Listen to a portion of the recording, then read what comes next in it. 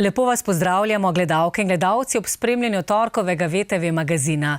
Tudi tokrat so naše ekipe bile uspešne na terenu in zabeležile veliko zanimivih prispevkov. Preverimo najprej napovednik in vabljeni v našo družbo.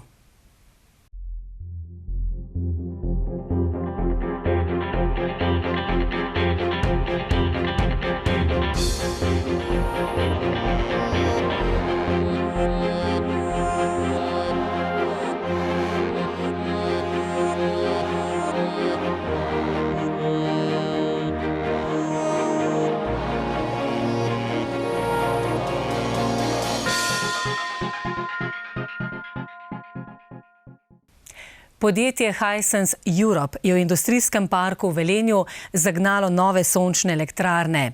Priključna moč je 4,4 megavatov.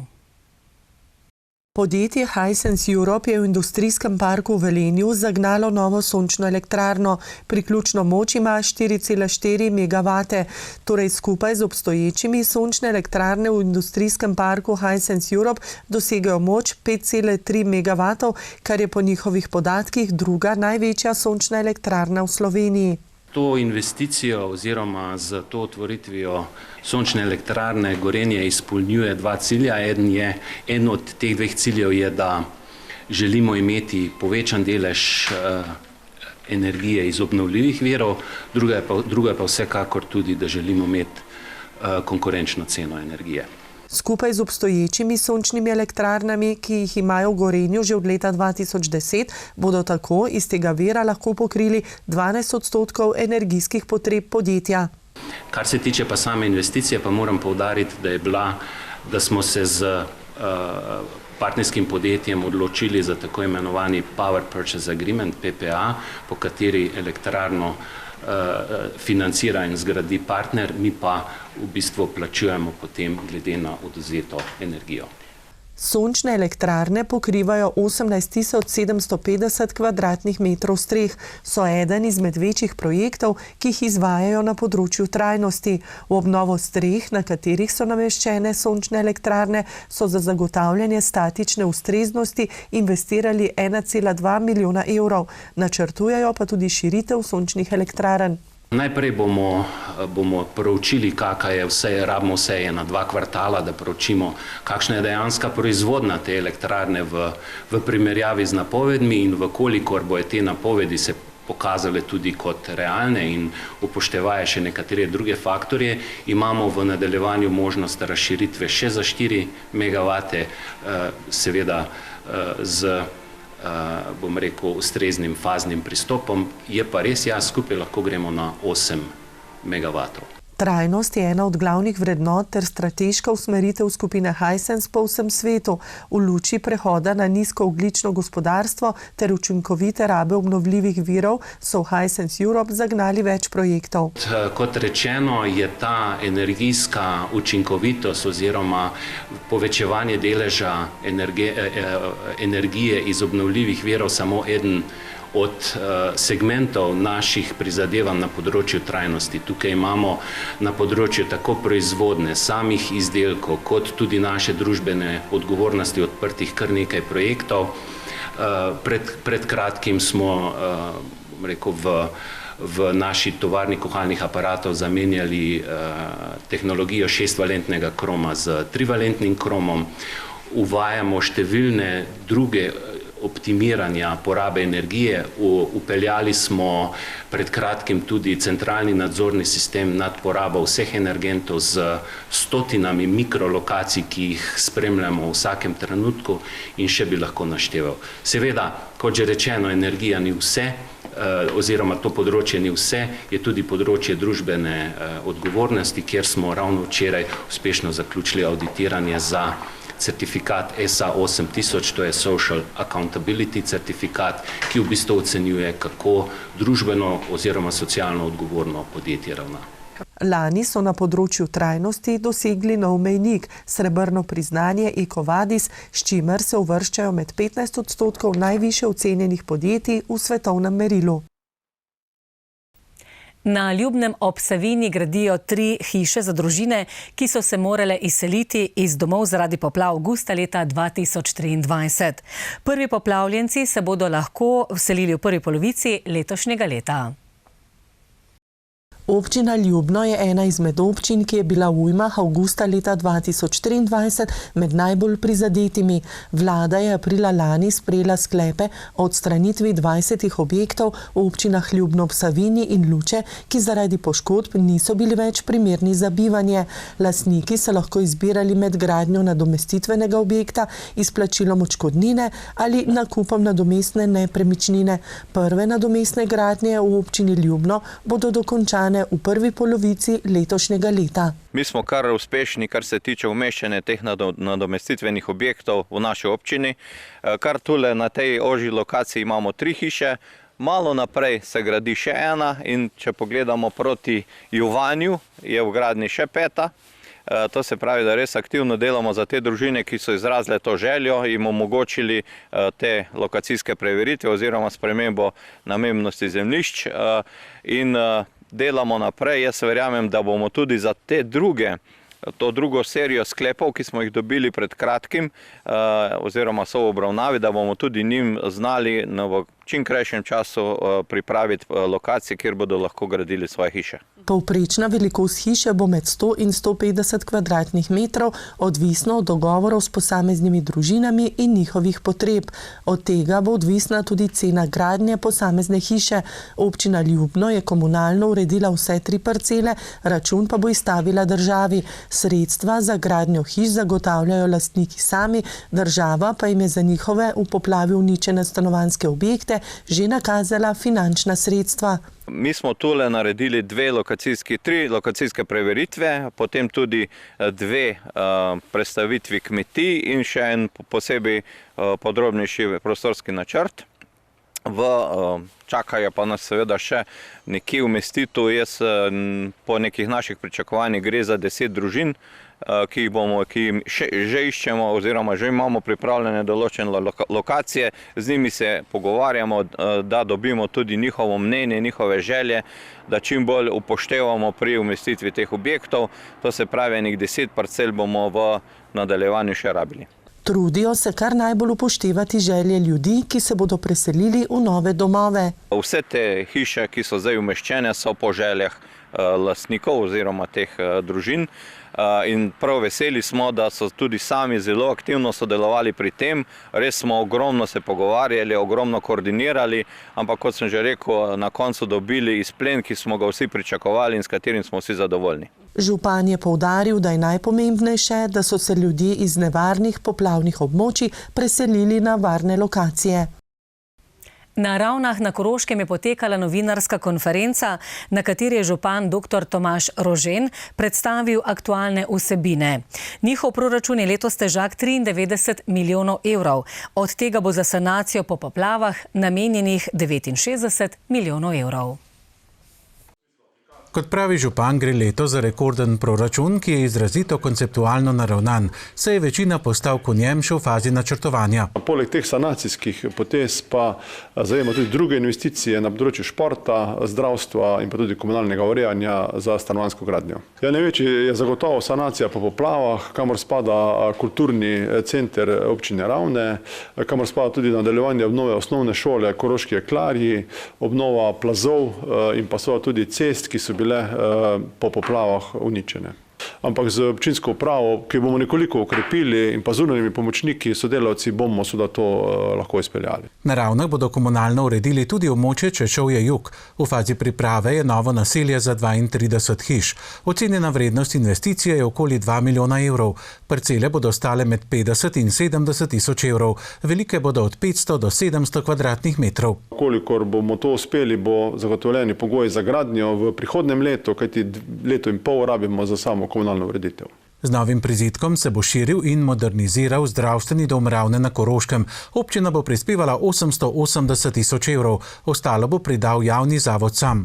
Celotna naložba bo stala okoli 2 milijona evrov. Zdravstveni dom bo tako pridobil 600 kvadratnih metrov novih površin. Začela je v letu 2025 potekati nadzidava zdravstvenega doma, kjer bomo pridobili nove prostore za dodatne zdravstvene dejavnosti z različnih področji ter omogočili nadaljnji razvoj zdravstvenih storitev. To je pomembna pridobitev za občino Ravne, za celo Mežiško dolino in Koroško regijo, kajti določeni programi so tudi regijski, tako da to je investicija ranga velikosti 2 milijona evrov, ki se bo začela in končala v letošnjem letu. Počasi se izboljšuje tudi dostopnost do družinskih zdravnikov. Res je, na eni prejšnjih sej je direktorica zdravstvenega doma Ravne poročala, da se krepi ta del ekipe v zdravstvenem domu, da prihajajo novi mladi specializanti družinske medicine, v roku leta jih bo več in bo popolnjena sestava 6 družinskih zdravnikov in pa prijavljajo tudi druge programe, ki jih ona natančno opredelila po področjih. Na zadnji seji občinskega sveta so sprejeli še 5 letnih programov dela. Letni programi kulture, športa, sociale, zdravstva, stanovanjske politike ter mladinske politike. To so pa vsebine, ki jih potem financiramo iz proračuna in imajo različne prejemnike, od javnih zavodov, društev, posameznikov, tako da se zdaj lahko začnejo javni razpisi in javni pozivi, da ta sredstva razdelimo prejemnikom. Občina je sicer zadolžena za 3 milijone evrov, predvsem iz naslova sofinanciranja del po poplavah. V soboto je ljudska iniciativa Velenje na Titovem trgu pripravila zbor za kulturo in moral v politiki in gospodarstvu, Šaleški dolini in državi. Dogodka se je udeležilo okrog 500 ljudi. Zbor je potekal v duhu zavzemanja za dostojno življenje za vsakogar. Kot je povedala predstavnica iniciative Sara Bajec, ne bodo več dovolili laži, manipulacij in odločitev, ki rušijo prihodnost Šaleške doline. Dovolj je zavajanja, je poudarila. Po njenih besedah Šaleška dolina že leta nosi posledice napačnih političnih odločitev, zdaj pa se nad njo zgrinjajo črni oblaki pohlepa in korupcije na vseh ravneh. Sploh v mesecu januarju je Šaleško dolino prevzela ena grozna tragedija, smrt 3 rudarjev, ki je nedopustna. To se ne bi smelo zgoditi, zato je zdaj nujno, da stopimo skupaj in da zagotovimo rudarjem varno delo v jami, zagotovimo pravični prehod, zagotovimo pravične položnice za komunalo, zagotovimo, da je v našem mestu manj korupcije oziroma da imamo ničelno toleranco do korupcije. Zdaj smo na prelomni točki, v našo dolino se steka ogromno denarja in moramo poskrbeti, da bo ta denar prišel v prave roke nam, ljudem, da bomo imeli zagotovljena delovna mesta, da bomo imeli varno prihodnost. Asmir Bečarevič je izpostavil, da zbor, ki se je začel z recitiranjem pesmi Franceta Prešerna, Karla Destovnika Kajuha in Edvarda Kozbeka, ni zadnji. Zadeve segajo daleč nazaj in prav je, da o njih tudi javno spregovorimo.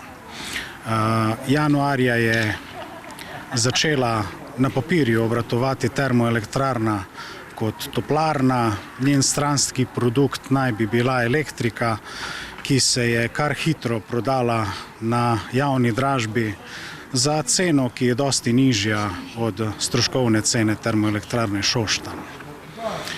Na to so se nadaljevale zgodbe glede prestrukturiranja regije in izdatih sklepov strani Spirita. Ko smo videli te sklepe, smo dejeli, v kateri smeri gre prestrukturiranje regije. Menimo, da je to popolnoma napačno zastavljena pot. Cene toplotne energije se niso bistveno znižale in se ni dosti naredilo. Nazadnje smo pa doživeli tudi tragedijo v premogovniku Velenje, kjer so življenje izgubili 3 kamerati. In to je bila potem tudi pika na i, da smo se odločili, da danes na kulturni praznik spregovorimo o vseh teh zadevah in poskušamo vnesti v politiko in gospodarstvo moralo in kulturo. Nismo zadovoljni z vsemi ukrepi, ki so jih uvedli, potrebujemo trajnostne rešitve, predvsem pa takšne rešitve, s katerimi bomo lahko dostojno živeli. Vsi, ki so nagovorili občinstvo, so prepričani, da gre na številnih področjih našega življenja za resno pomanjkanje morale in kulture. In kakšno je bilo osrednje sporočilo shoda? predvsem to, da si želimo v politiki in gospodarstvu čim več morale in kulture. Do zdaj smo glasno opozarjali, sugerirali, zahtevali. Od danes naprej tega več ne bomo počeli. Saj smo jim do zdaj na tak način izkazovali, da jim zaupamo in da si jih želimo tam. Ampak s takšnim načinom vodenja si ne zaslužijo biti tam. Zato želimo skupaj z občani oblikovati smernice, ki bojo v politiko in gospodarstvo vnesle čim več moralnega vodenja in kulturnega vodenja. Če bi bila politika vsaj malo moralna in kulturna, se take zadeve ne bi dogajale. Zbor pokončnih ljudi, kot pravijo organizatorji, je samo začetek. V prihodnjih mesecih bodo pripravili zbore na določene teme. Najprej o prenehanju pridobivanja premoga v Velenjskem rudniku in o znižanju cene toplotne energije v Šaleški dolini. Ob slovenskem kulturnem prazniku, ki smo ga obeležili v soboto, so v večini slovenskih krajev pripravili kulturne prireditve. Naša ekipa se je tokrat odpravila v Šoštanj, na Polzelo, na Gomilsko in v Velenje. V videozapisu so se predstavila kulturna društva v občini Šoštanj. Njihovi člani so spregovorili o tem, kaj pravzaprav je kultura. Vsakemu pomeni nekaj drugega, vsem pa je skupno prostočasno ustvarjanje in delovanje na prostovoljni bazi. Kultura za meni pomeni ogromno, saj že celo življenje se ukvarjam z kulturo, predvsem glasba mi je pri srcu in da to ponašamo v svet, se mi zdi vsak dan. In se mi zdi, da ima res velik pomen. Pa moram reči, da smo zelo zadovoljni, sploh recimo, če govorim za pihalni orkester Zarja in tudi Svobodo, pevski zbor, imamo nove prostore, krasne prostore, tako da mislim, da lepo sodelujemo, skrbijo za kulturo, mi pa jim seveda z veseljem vračamo. Mladi se kaj dosti ne obremenjujejo po moje s kulturo, ampak jim je zelo pomembno, da so v dobri družbi, da se lepo počutijo in tudi to je del kulture, ne? Z leti pa, ko odraščajo, pa če smo dober zgled, mislim, da se z leti počutijo zelo pomembne tudi na kulturnem področju. V občini Šoštanj je veliko kulturnih društev, ki pripravljajo številne dogodke in sodelujejo na prireditvah ter tekmovanjih doma in v tujini. O pomenu kulture in kulturnega praznika je župan občine Šoštanj dejal. Smo pa kultura ljudje in ob tem prazniku se mi zdi, da pravzaprav ni to samo praznik spoštovanih in cenjenih kulturnih umetnikov, ustvarjalcev, ampak je to praznik vseh ljudi, ki kakorkoli pripomoremo k ustvarjanju boljše družbe. Se pravi, ni kultura samo umetnost, ples, gledališče, kakorkoli, ampak je kultura tudi stisk roke, objem, sočutje, je kultura tudi vse, kar dela našo družbo dobro in prepoznavno. O kulturi posameznika in družbe v vsakdanjem življenju je spregovorila osrednja govornica Milojka Bačovnik-Komprej, v.d. direktorice Zavoda za kulturo Šoštanj, pisateljica in tudi pesnica, ki že vrsto let deluje na področju kulture v občini Šoštanj in tudi širše. Med drugim je dejala, da kulturnega udejstvovanja ne cenimo dovolj, da smo drug od drugega odtujeni, da se ne znamo pogovarjati ali izražati čustev.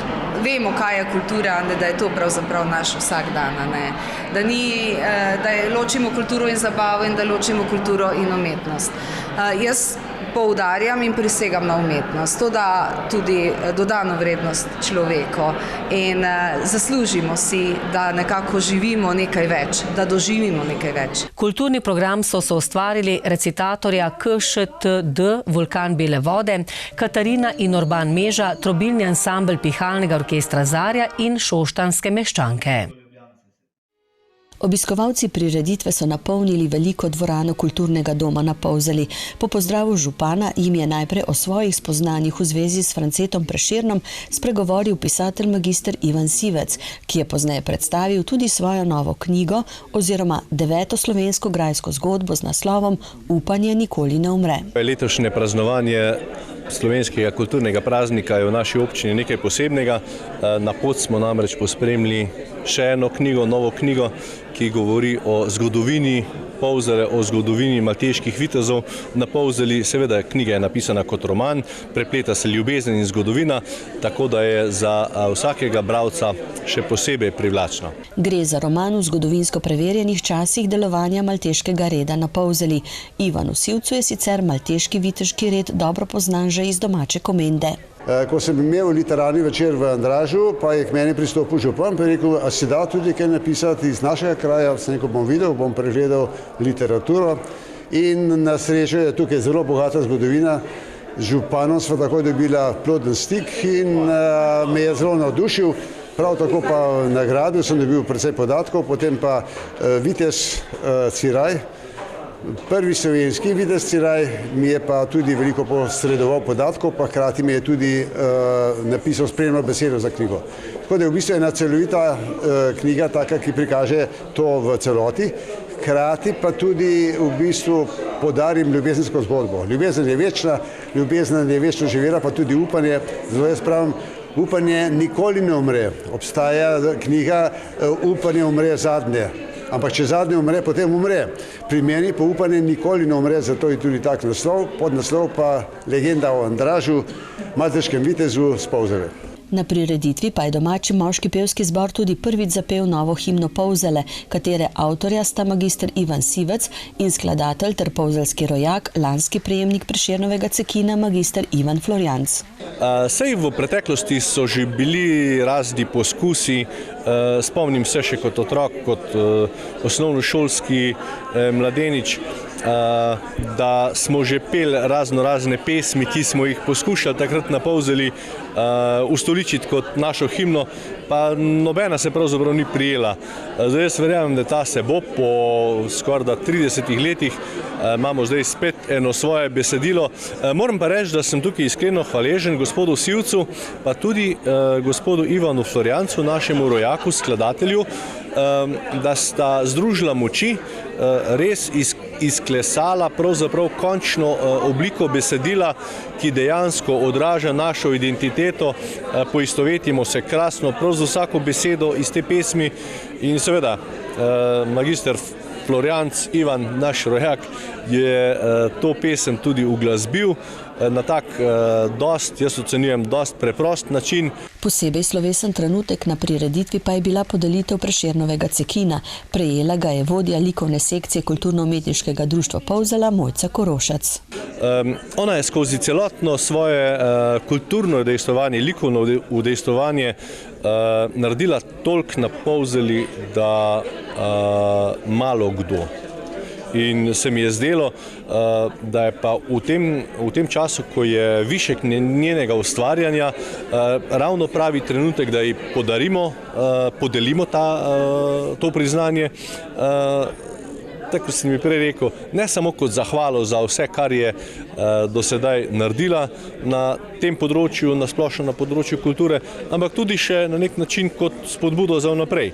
Tole priznanje, kaj mi pomeni? Eno veliko presenečenje. Veliko presenečenje in bom rekla na vse zadnje pa res iskrena zahvala, da smo jo dobili, ker to ni zasluga moja, ampak to je zasluga mojih likovnih prijateljev. Naša likovna sekcija deluje že 37 let in mi se trudimo iz dneva v dan, da premagamo težave. Vsako leto so hujše, vsako leto je večja kriza, ampak se vedno poberemo. Tako da naše spoštovanje pa prijateljstvo nas drži skupaj. Župan se je ob koncu s priložnostnimi darili posebej zahvalil avtorjema knjige in himne Ivanu Sivcu in Ivanu Florjancu ter malteškemu vitezu Jožetu Ciraju, ki je pripomogel k nastanku knjige s podatki o malteškem viteškem redu. Prav tako pa zborovodkinji moškega pevskega zbora Miji Novak za premierno izvedbo himne, ki so jo nato še enkrat zapeli skupaj z obiskovalci.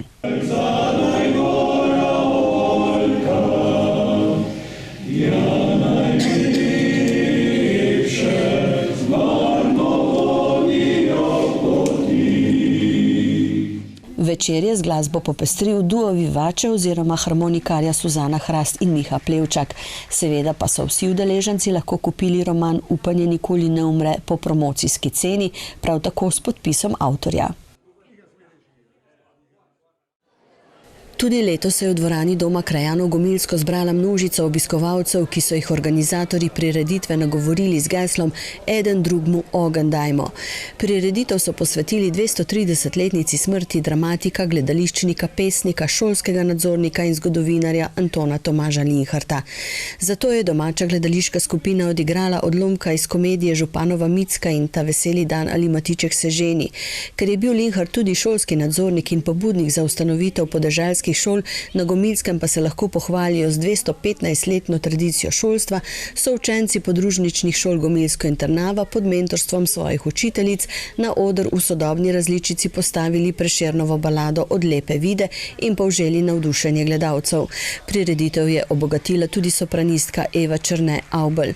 Slavnostni govornik je bil direktor Muzeja novejše zgodovine Celje, sicer zgodovinar in glasbenik dr. Tone Kregar, ki je med drugim opozoril na vpliv sodobne tehnologije na samo bistvo človeka in medčloveških odnosov ter na politični preostroj sveta, kot ga poznamo in smo ga navajeni. Kultura bi morala biti v tem kontekstu razumljena v najširšem pomenu. Predvsem se mi zdi na tovrstnih dogodkih vredno poudariti, da je kultura pogosto dosti več, kot pa si kar predstavljamo na prvi pogled oziroma na prvi posluh. In zdi se mi, da je ravno v teh časih, zelo negotovih, tesnobnih časih, zelo dobro, mogoče malce globlje razmisliti o tem, kaj nam kultura daje, kaj nam kultura nudi in kaj nam pravzaprav kultura pomeni. Ne govorimo samo o kulturi kot kulturni ustvarjalnosti, ampak predvsem tudi kultura v medsebojnih odnosih, se pravi tudi kultura razuma in kultura srca. Moramo torej izboljšati svojo kulturo?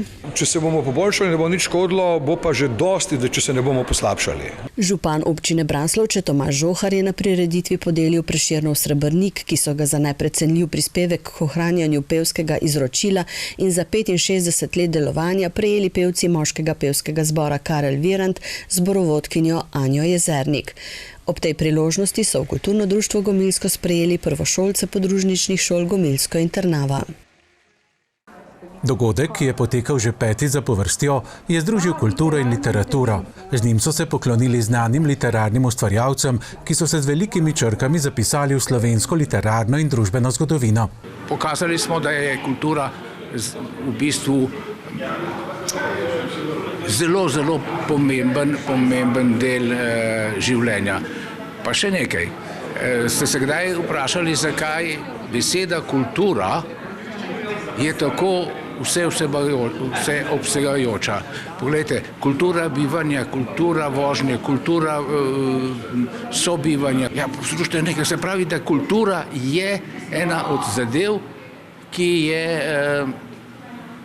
pravzaprav brez nje ne moremo. Terasa pred mestno knjižnico Velenje je bila koristen prostor za izvajanje kulture na ulici. S prireditvijo so želeli povsem spontano poezijo približati ljudem. Pravzaprav je pa to eno srečanje še pišočih, tistih, ki poezijo nosimo v srcu ali pa jo poslušamo, in je že prav, da se ob našem prazniku, tudi prazniku kulture, srečamo, koliko nas je v Velenju na Šaleškem pišočih, preberemo kakšno Prešernovo, si izmenjamo kakšno misel, pa seveda preberemo tudi kakšno svojo. Narava čustvuje, piha močan veter, hodim, njegova sapa me nosi naokoli kot list. Slišim bučanje vrhovih dreves, ki se pogovarjajo med seboj. Sonce se skriva za oblaki, ki jih je vedno več. Vidim visoke valove, ki butajo bregove. Jezero jih poljublja, oni se sramežljivo omikajo. Narava kaže čustva, tako kot ljudje, ali redki to vidijo in jih prisluhnejo, ko bi jih le bilo več. S tem dogodkom pravzaprav na svoj način tako slavnostno obeležimo naš kulturni praznik, slovenski kulturni praznik, kajte vemo, da kultura je definirala nas Slovence. Pesniki vedo, da ljudje kulturo potrebujejo in jo pričakujejo. Težko pa vzamejo v roke. Tako jim pa prinesemo zadevo zaprav na mizo. Prinesemo med njih tudi na tržnico, da se ozre navzgor, prisluhne, pa mogoče potem le skoči v knjižnico in vzame tudi kakšno pesniško zbirko. Če poezija ne bo duša naroda, da bi tako ostalo tudi v prihodnje. In zakaj je ta prireditev potrebna? Predvsem zato, ker je poezijo lažje približati ljudem, kot pa ljudi približati poeziji. V petek so v Narodnem domu v Celju pripravili slavnostno akademijo v počastitev 75-letnice atletskega društva Kladivar. Na dogodku so podelili posebna priznanja najbolj uspešnim športnikom v zgodovini kluba. Atletsko društvo Kladivar Celje spada med najuspešnejša atletska društva v državi. Ustanovljeno je bilo 3. januarja leta 1950 z ustanovno skupščino. Prvi predsednik je bil Fedor Gradišnik. Septembra istega leta so odprli novo zgrajeni stadion, na katerem so opravili tisoče prostovoljnih ur. Atletika ima v Celju zgodovino že iz 19. stoletja, velik razmah.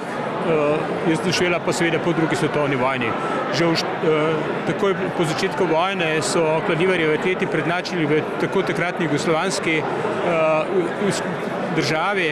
Tako so bile prve priprave jugoslovanske atletske reprezentance ravno tu v Celju, na starem stadionu v Čretov, ki so ga pa kmalu po tistem morali zapustiti, kajti zaradi selitve Cinkarne na novo pozicijo smo ostali brez stadiona, vendar na vso srečo takrat se je pokazala še boljša možnost, tako da smo dobili tukaj, ker imamo danes po zaslugi Fedorja Gradišnika, prvega predsednika, tistega zanesenjaka, ki je vodil društvo v tem času, nov stadion namenjen zgolj za atletiko in to je bil prvi atletski stadion v Jugoslaviji. Ob jubileju 75-letnici delovanja atletskega društva Kladivar so v petek v Narodnem domu Celje pripravili slavnostno akademijo.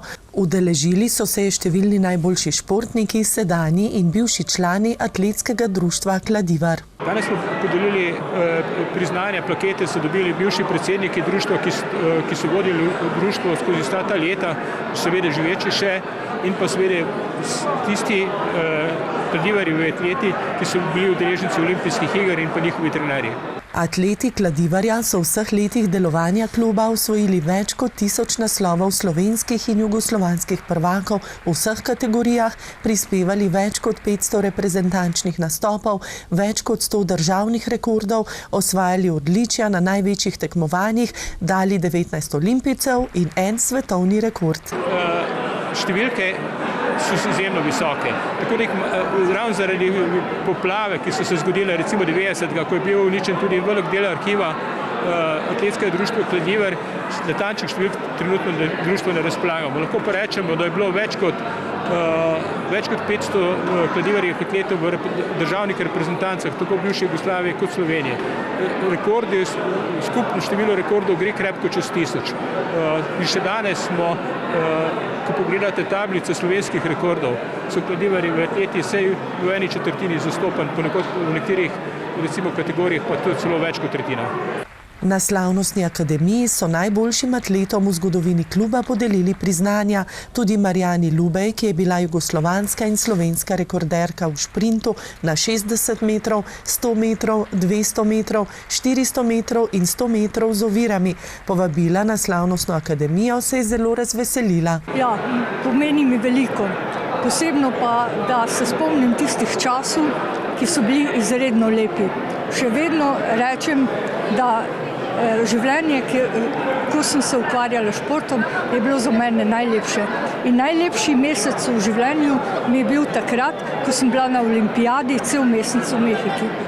Priznanje je prejel tudi Roman Lešek. Nekdanji atlet Kladivarja je med drugim rekord v skoku s palico popravil kar 20-krat. Reprezentanci Jugoslavije in Slovenije je kar 49-krat zastopal na mednarodnih tekmovanjih. Atletska zveza Slovenije je sestavljena iz klubov oziroma atletskih društev. In odvisno od teh atletskih društev, kako so dobro organizirana, kako dobro delajo, je tudi odvisno, kako je uspešna atletska zveza. In atletsko društvo Kladivar Celje je en izmed tistih gradnikov, ki so ustvarjali zgodovino slovenske atletike in jo še ustvarjajo.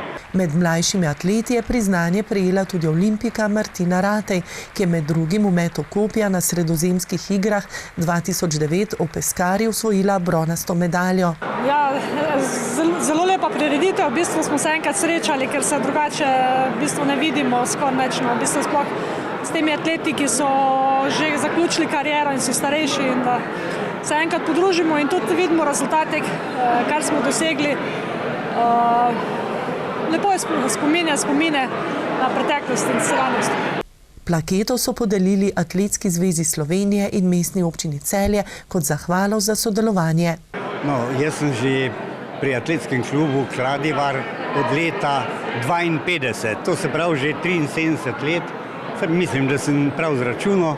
Od takrat naprej sem pa normalno tekmoval v praktično vseh disciplinah tekaških do 400 metrov, tako da imam pa 4 slovenske rekorde, 2 jugoslovanska rekorda, če jih smem imenovati. No, glavno je s palico 4,91 jugoslovanski rekord, v štafeti 4x100 metrov slovenski rekord, v teku na 200 metrov jugoslovanski rekord, izenačen. In enega sem skok daljavo, seveda, 7 metrov 43, ampak to je bilo takrat v Lešu. Po Lešu smo tekmovali in zaradi tega so rezultati seveda malo slabši. Drugače je bil pa to užitek takrat, ne. Ena želja pa je le še ostala neizpolnjena. Olimpijska medalja. Jaz upam, da jo bomo dobili tudi v prihodnosti. Namreč članica našega kluba, sicer ima, vendar se v društvu vseeno ne lasti. Jolanda Steblovnik, takrat Čepla, ki je v Atenah dobila medaljo, danes je trenerka v društvu, toda žal ni tekmovala takrat za naše društvo. Spremljali ste torkov VTV magazin. Hvala za vašo družbo in srečno.